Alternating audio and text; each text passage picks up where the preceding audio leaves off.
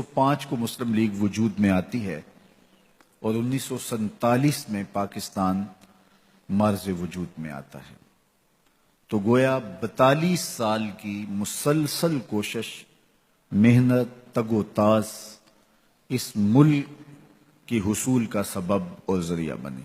لوگوں نے اپنے گھر بار چھوڑے اور پاکستان کی طرف چل دیے۔ انہیں یہ نہیں پتا تھا کہ ہم نے کہاں جانا ہے۔ ٹرین پہ بیٹھے اور سفر جاری ہو گیا۔ میں آپ کو ایک مسافر کی کہانی سناتا ہوں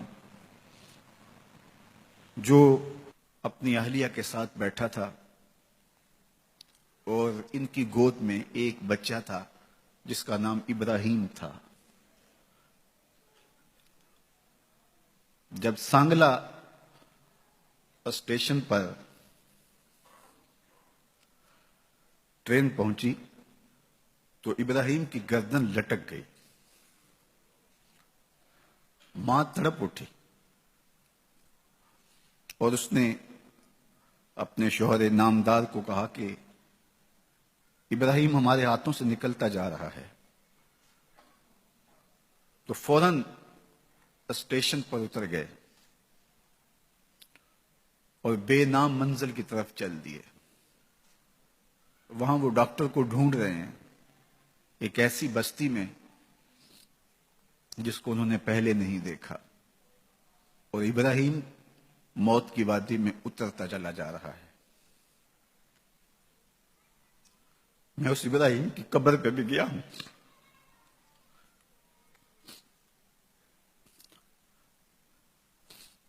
چونکہ وہ ابراہیم میرا بڑا بھائی ہے اور یہ والدین میرے والدین ہیں۔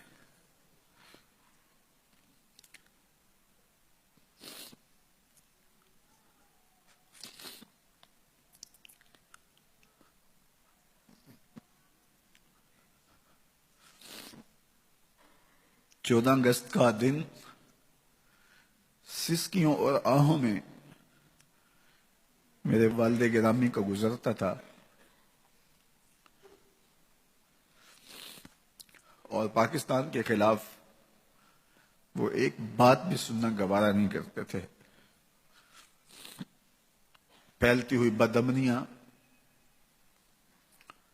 یہاں کے حالات،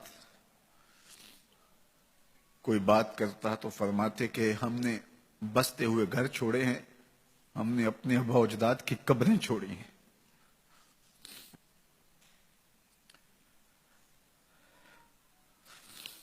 ادارت المصطفیٰ دو چیزوں سے ٹوٹ کے پیار کرتا ہے، ایک پاکستان سے، ایک رسول اللہ صلی اللہ علیہ وسلم سے۔ ہم پاکستان کے خلاف کوئی بات سننے کو کبھی بھی تیار نہیں ہوئے۔ حالات کا رخ کیا بھی ہو، پاکستان ہماری روح ہے، پاکستان ہماری جان ہے، پاکستان ہمارا عشق ہے، پاکستان ہمارا جنون ہے، ہمارے دلوں کی دھڑکن ہے یہ وطن۔ ہم نے کبھی اس وطن کو چھوڑنے کا تصور بھی نہیں کیا، ہم عارض ہجرت بھی گوارا نہیں کرتے اس وطن سے، اور اپنی نسلوں کو یہی کہتے ہیں تمہارا جینا اور مرنا اس وطن کے ساتھ ہوگا۔ ہمارے آباء و اجداد نے اس وطن کے لیے قربانیاں دی ہیں، اپنے لال وارے ہیں، تو ہم نے اپنے مرشد سے جہاں عشق رسول کا درس لیا ہے وہاں محبت پاکستان کا درس بھی لیا ہے۔ اس لیے کبھی بھی نہیں ہوگا کہ پاکستان کے خلاف حالات کیسے بھی ہوں، ہمیں یہاں غربتیں، بدامنیاں، بہت کچھ سہنا پڑے، لیکن پھر بھی ہم اس وطن کے خلاف زبان نہیں کھول سکتے، اس لیے کہ یہ وطن ہمارا جسم ہے، یہ وطن ہماری روح ہے، یہ وطن ہماری جان ہے۔ اسی طرح اس وطن کی آبرو کی ضامن اور اس کی سرحدوں کی محافظ پاک آرمی ہے۔ لوگوں کے مفادات پہ تھوڑی سی ٹھیس لگے تو ان کی زبانیں کھل جاتی ہیں، لیکن ہم کل بھی پاک آرمی سے پیار کرتے تھے، ہم آج بھی پاک آرمی سے پیار کرتے ہیں۔ پاکستان کی فوج پاکستان کی حفاظت کی ضامن ہے۔ اگر آپ لوگوں کو ہماری یہ ویڈیو اچھی لگے تو پلیز سبسکرائب کریں، لائک کریں اور بیل آئیکن کے نشان پہ کلک کر کے ہماری